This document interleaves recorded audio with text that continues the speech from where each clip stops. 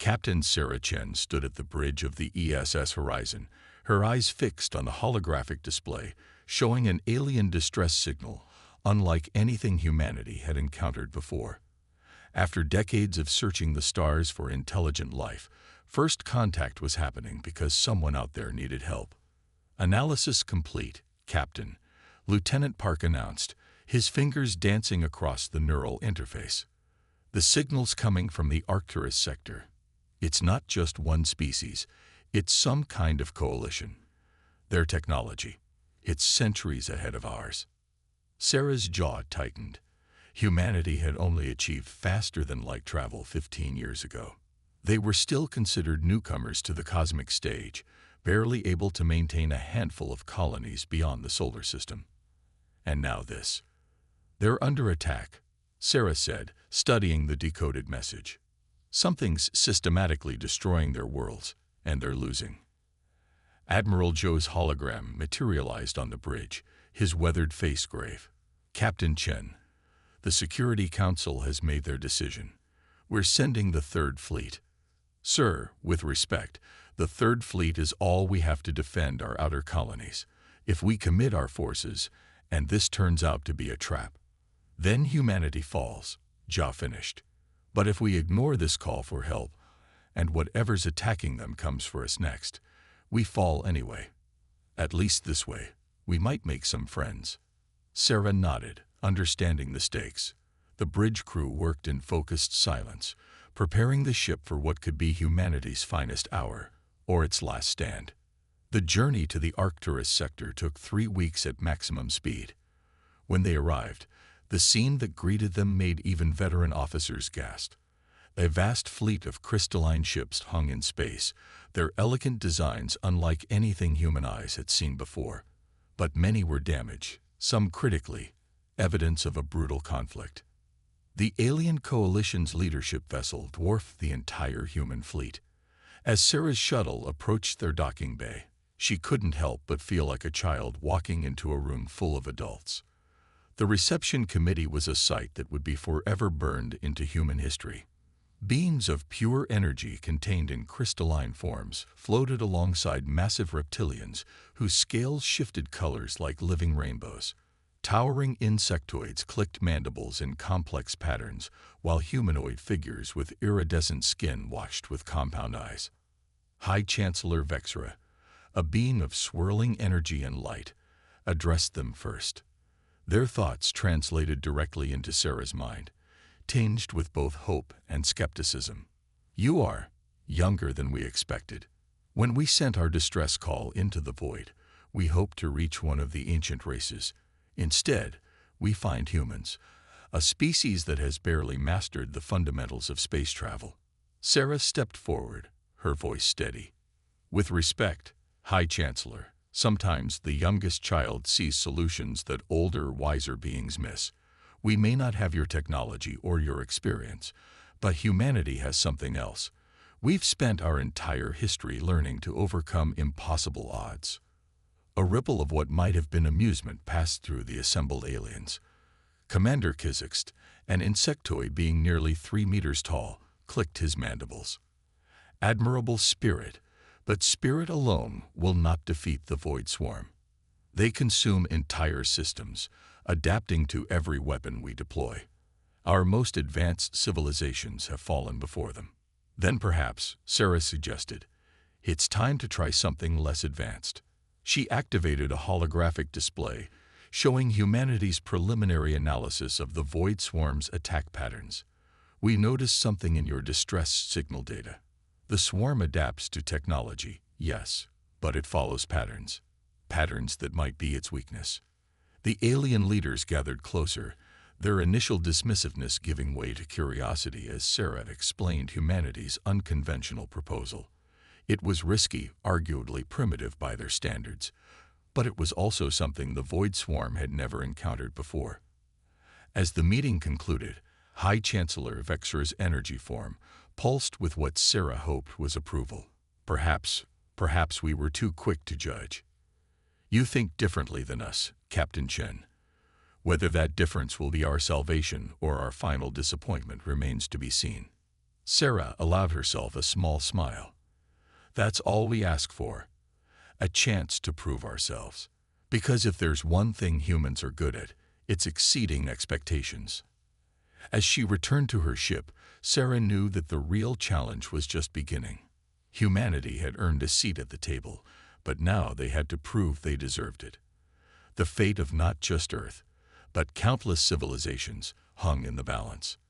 And somewhere out there, the Void Swarm was coming. The war room aboard the Coalition flagship Eternal Light hummed with tension as holographic displays showed another system falling to the Void Swarm. Captain Chen watched the alien leader's reactions, the dimming of Vexra's energy form, the rapid color shifts in the reptilian scales, the agitated clicking of insectoid mandibles. Their adaptation rate is increasing, Commander Kizikst announced, his compound eyes reflecting the red alert indicators. The swarm has already neutralized our phase shift technology. 3 more colony worlds have gone dark. Sarah stepped forward, her mind racing. While the coalition forces had been fighting with their advanced technology, she'd been studying the swarm's behavior patterns. High Chancellor, I noticed something about the fallen systems. May I? Vexra's energy form pulsed in affirmative, and Sarah accessed the tactical display. Her fingers traced the attack patterns, highlighting what others had missed. The swarm doesn't just adapt to technology, it predicts it. Your weapons are so advanced, so perfect in their execution, that they follow mathematical patterns. The swarm isn't actually evolving. It's calculating your next move based on previous encounters. The alien leaders exchanged glances. Chief Strategist Lyra, her iridescent skin shimming with confusion, spoke up. If what you say is true, then our greatest strength, our technological superiority, has become our weakness. Exactly, Sarah nodded. But humans, we're messy, unpredictable. We don't always choose the most efficient solution. Sometimes we choose the crazy one that just might work. She pulled up schematics of a human mining vessel. These ships use focused gravitational pulses to break apart asteroids. Primitive compared to your mining tech, but what if we modified them to disrupt the swarm's coordination? Impossible, one of the energy beings scoffed. The power requirements alone would be massive, Sarah finished. Unless we don't power them at all. The Void Swarm generates enormous gravitational fields when they cluster. What if we use their own energy against them? The room fell silent as the implications sank in. It was the kind of solution that would never occur to species who had long since moved past such primitive technologies. High Chancellor Vexra's form expanded with interest. You propose to turn their strength into a weakness, using technology so basic they cannot predict it. Fascinating. We'll need to modify every mining vessel we can find, Sarah continued. And we'll need your help to mass-produce the gravitational lenses. But most importantly, we need you to trust us. Commander Kizikst's mandibles clicked rapidly, the equivalent of a thoughtful hum. Trust humans to defend advanced civilizations with mining equipment. The very idea seems insane. Sarah smiled. That's exactly why it might work. The swarm predicts patterns, but humans specialize in chaos. Over the next 48 hours, the coalition shipyards became a bizarre fusion of ultra-advanced alien technology and repurposed human industrial equipment.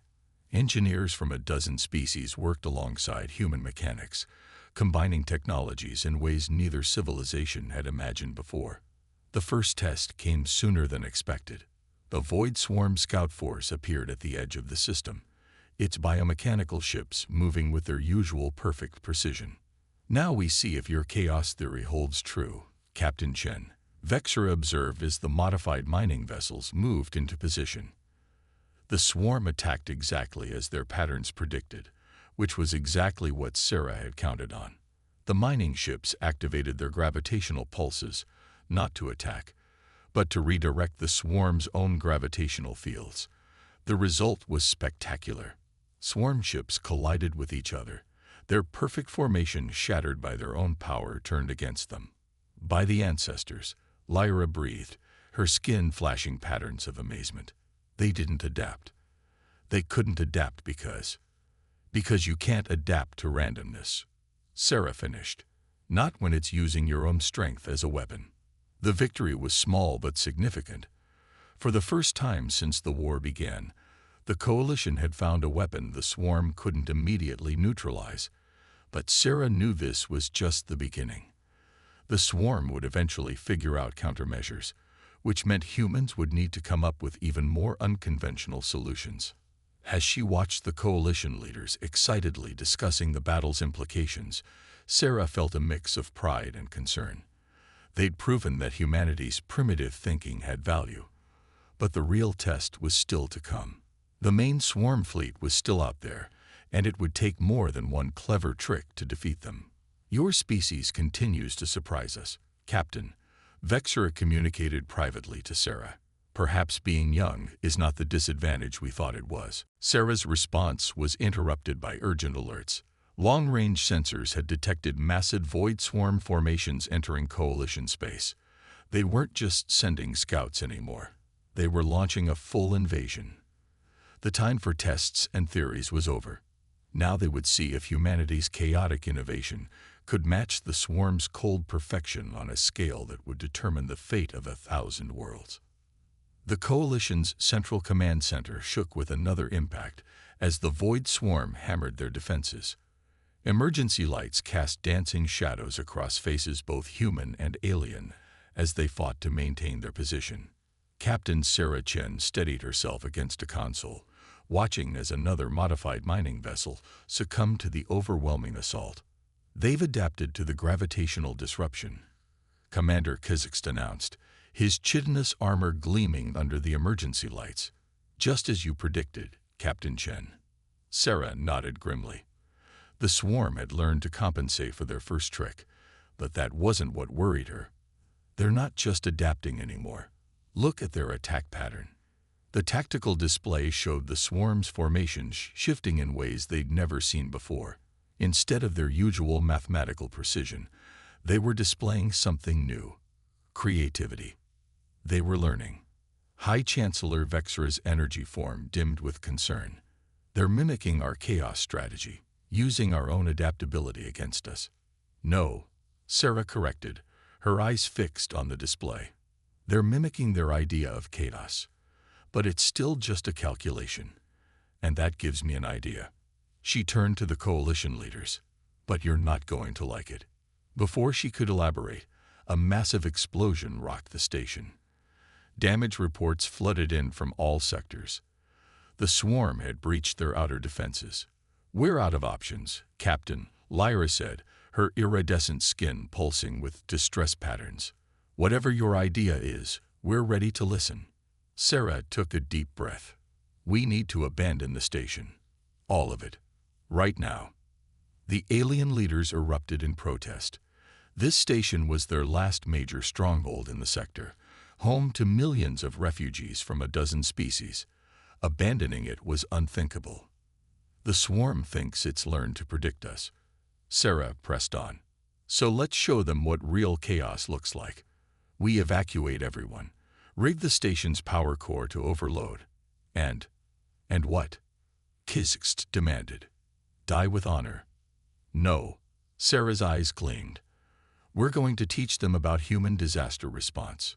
She pulled up schematics of the station's massive fusion reactors. On Earth, we've dealt with nuclear meltdowns before. We learned that sometimes the only way to control chaos is to embrace it completely. Understanding dawned in Vexera's swirling form. You intend to create a controlled catastrophe. The next hour was a blur of desperate activity. As evacuation orders spread through the station, Sarah worked with coalition engineers to modify the reactor controls. They weren't trying to prevent a meltdown. They were trying to shape it. All non-essential personnel have been evacuated, Lyra reported. But the swarm is closing in. We don't have much time.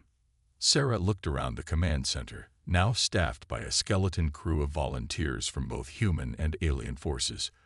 Then let's give them something they'll never forget. The plan was insane by any rational standard.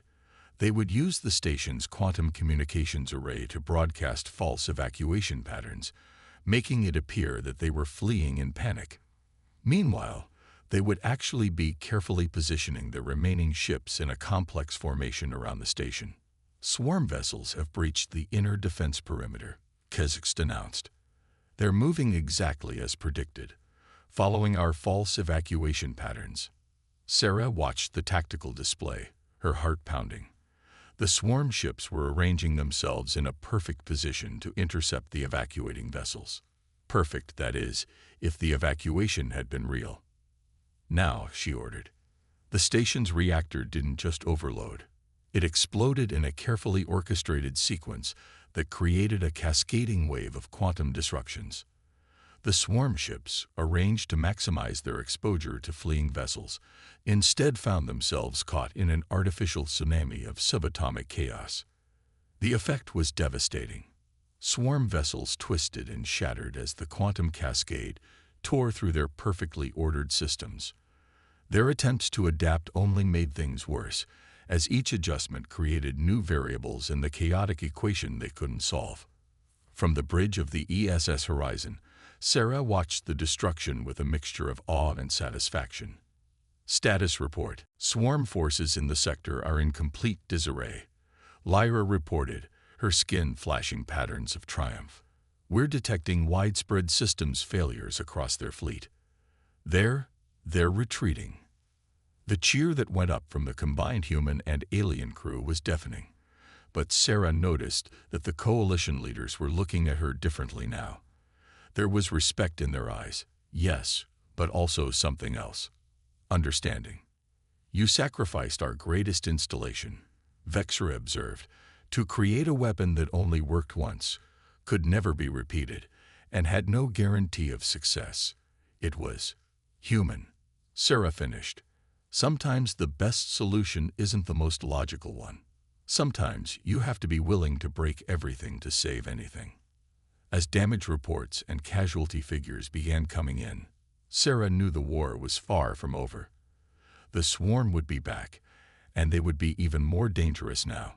But something fundamental had changed today. The coalition had learned that humanity's greatest strength wasn't in their technology or their numbers, but in their willingness to embrace chaos itself as a strategy. What now, Captain? Commander Kazakhstan asked, his mandibles clicking with newfound respect. Sarah smiled grimly. Now we show them what else humans are good at, rising from the ashes. A holographic map of coalition space filled the makeshift command center aboard the ESS Horizon, now serving as the temporary headquarters for the combined fleet. Captain Sarah Chen studied the shifting patterns of red markers indicating swarm activity, her mind racing with possibilities. They're regrouping faster than expected, Chief Strategist Lyra observed, her iridescent skin rippling with concern. The quantum cascade attack damaged them, but they're already adapting their biological components to resist similar effects. Commander Kazakhstan moved closer to the display, his compound eyes reflecting the holographic light. Their new formation suggests they're preparing for a final push, one that will overwhelm any fixed defenses we might establish. High Chancellor Vexra's energy form pulsed with grim determination. We have perhaps 3 standard days before they launch their offensive. Our remaining forces cannot withstand another direct confrontation. Sarah had been quiet, letting the coalition leaders analyze the situation. But now she stepped forward, her expression thoughtful. What if we stop trying to withstand them at all? The alien leaders turned to her with varying expressions of confusion and concern. Sarah activated a secondary display, showing historical footage from Earth's military history. Throughout human history, we've learned that sometimes the best defense isn't about having the strongest walls or the most advanced weapons. It's about making your enemy fight the battle you want them to fight, not the one they planned for. She gestured to the map. The swarm thinks in perfect patterns, even when they try to be unpredictable. They're gathering their forces for a massive, coordinated strike, because that's what their calculations tell them will work. So let's give them exactly what they expect, and make it their downfall. Explain, Vexra prompted, their energy form flickering with interest.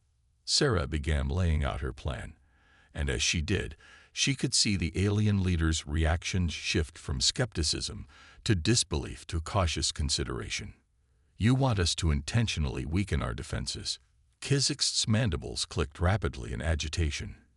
To present ourselves as prey. Not weaken. Redistribute, Sarah corrected. The swarm's greatest strength is their ability to coordinate perfectly across their entire fleet. But that level of coordination requires constant communication and synchronization. What if we could turn that strength into a weakness? She pulled up specifications for coalition communication technology. Your quantum entanglement networks are incredibly advanced, capable of instantaneous communication across vast distances. The swarm has been trying to jam them, but what if instead we use them to create a massive feedback loop? Lyra's skin shifted to patterns indicating deep thought. You propose to trap them in their own coordination network. The energy requirements would be astronomical. Yes, Sarah agreed, if we tried to power it ourselves. But we won't have to. She highlighted the predicted path of the swarm's advance. They'll provide the power themselves, just like they did with the mining ships. We just need to set up the right conditions and let their own perfect coordination do the rest. The plan was audacious. They would position their remaining forces in a way that appeared to protect vital systems, but was actually designed to channel the swarm into specific configurations. Meanwhile, modified quantum relays would be hidden throughout the battlefield, waiting to create a cascade of feedback through the swarm's own neural network. This is madness, one of the coalition admirals protested. You're asking us to risk everything on a strategy that goes against every principle of defensive warfare. Yes, I am, Sarah acknowledged, because defensive warfare isn't working. The swarm adapts to every traditional strategy we use. So let's try something they can't adapt to, complete strategic insanity. High Chancellor Vexra was silent for a long moment, their energy form shifting through complex patterns as they considered the proposal. Finally, they spoke. The plan has merit, but the risk. If we fail, we lose everything. Not just the battle, but any chance of evacuating our remaining populations. Sometimes, Sarah said quietly, the only way to win is to be willing to lose everything. She looked around the room at the assembled leaders. Humans learned this lesson the hard way, fighting our own wars on Earth. The most dangerous enemy isn't the one with the most powerful weapons. It's the one with nothing left to lose. The room erupted in debate. Some coalition leaders supported the plan, seeing it as their only remaining option. Others argued vehemently against it, claiming it was too risky, too unconventional, too human. As the arguments raged, Sarah noticed something interesting.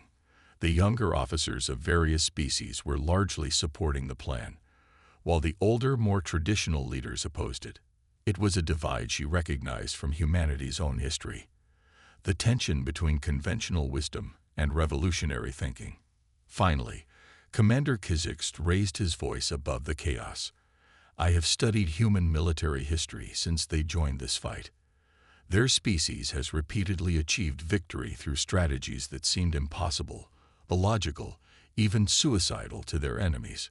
Perhaps, his mandibles clicked thoughtfully, perhaps that is exactly what we need now. High Chancellor Vexra's energy form brightened. We will put it to a vote. But first, Captain Chen, answer one question. Do you truly believe this can work? Sarah met their gaze steadily. I believe it's our best chance.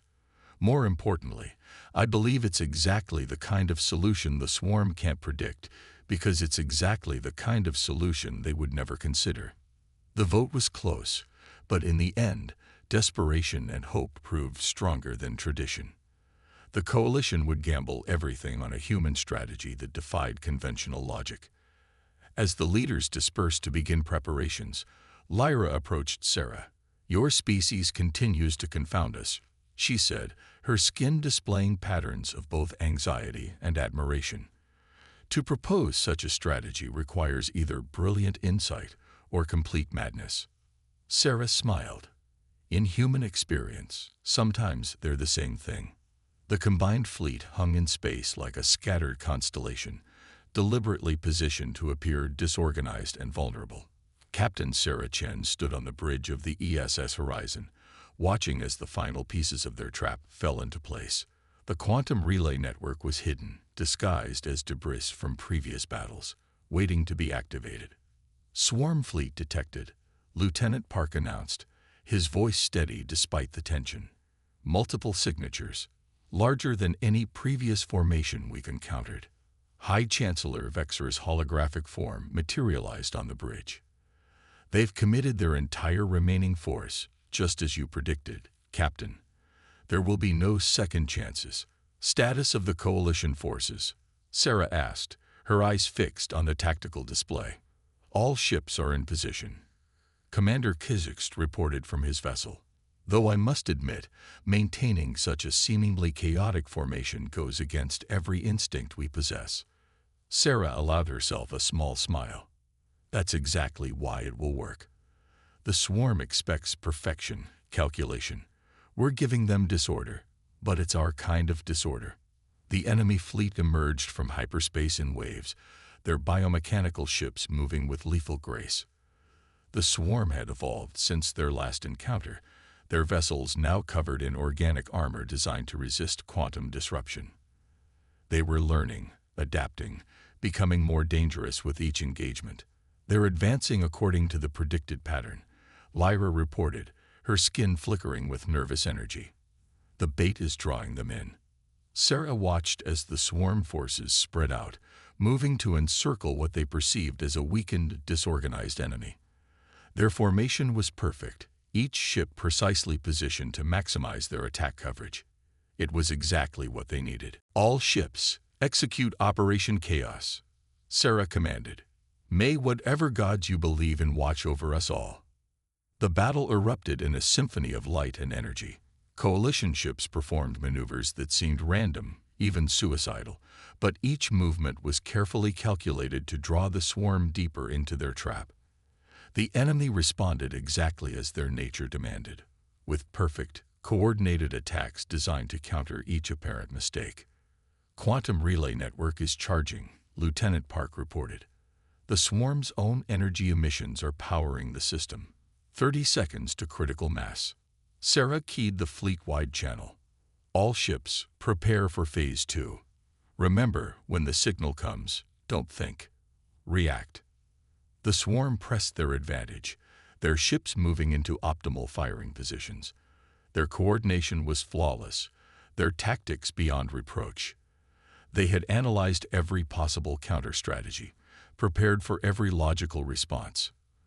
But they weren't prepared for humanity's final lesson in chaos. Now, Sarah ordered. The hidden quantum relay network activated, creating a cascading web of energy that connected every swarm vessel through their own neural network. But instead of trying to destroy them directly, the network did something far more insidious. It introduced random variables into their perfect calculations. The effect was instantaneous and devastating. Swarm ships, suddenly receiving conflicting commands through their hybrid neural networks, began to move erratically. Their perfect formation dissolved into genuine chaos as each vessel tried to compensate for errors that weren't there. Coalition forces, execute final attack pattern, Sarah commanded. Show them what real chaos looks like. The combined fleet moved as one, but not with the mechanical precision of the swarm. Each ship, each species, brought their own unique approach to the battle. Humans performed high-risk attack runs that defied conventional tactics. Crystalline vessels phased through space in patterns that looked random but weren't. Insectoid ships moved in swarms of their own, their movements organic and unpredictable. The swarm, for the first time in the war, faced an enemy they truly couldn't predict or adapt to, because there was no single pattern to adapt to. Their neural network is collapsing, Lyra reported, her skin pulsing with excitement.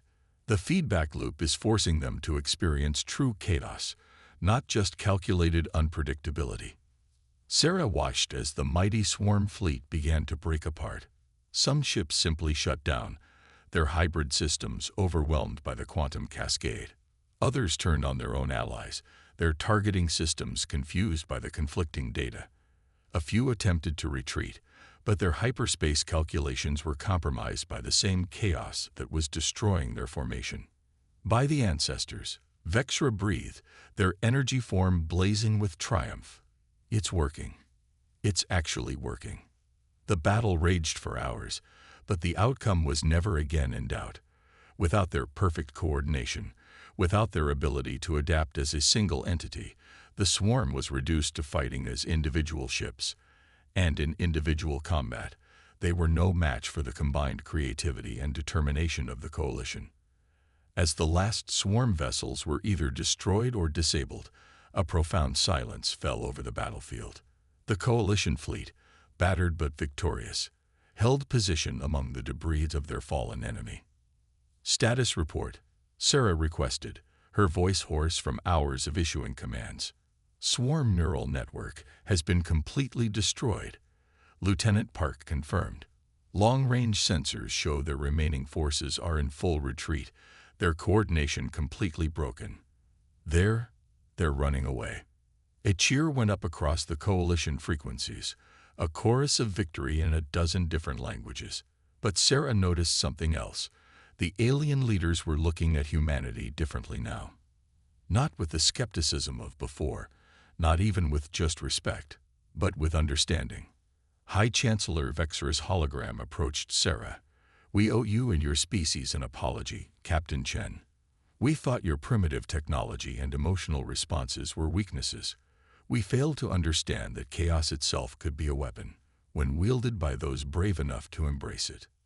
"Not just brave enough to embrace it," Sarah corrected gently, "but wise enough to know when to use it. This victory belongs to all of us, human chaos and alien precision, working together to achieve something neither of us could have done alone."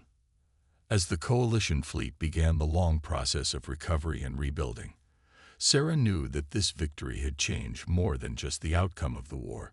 It had changed how humanity was seen by the galactic community, and perhaps more importantly, how the various species saw themselves.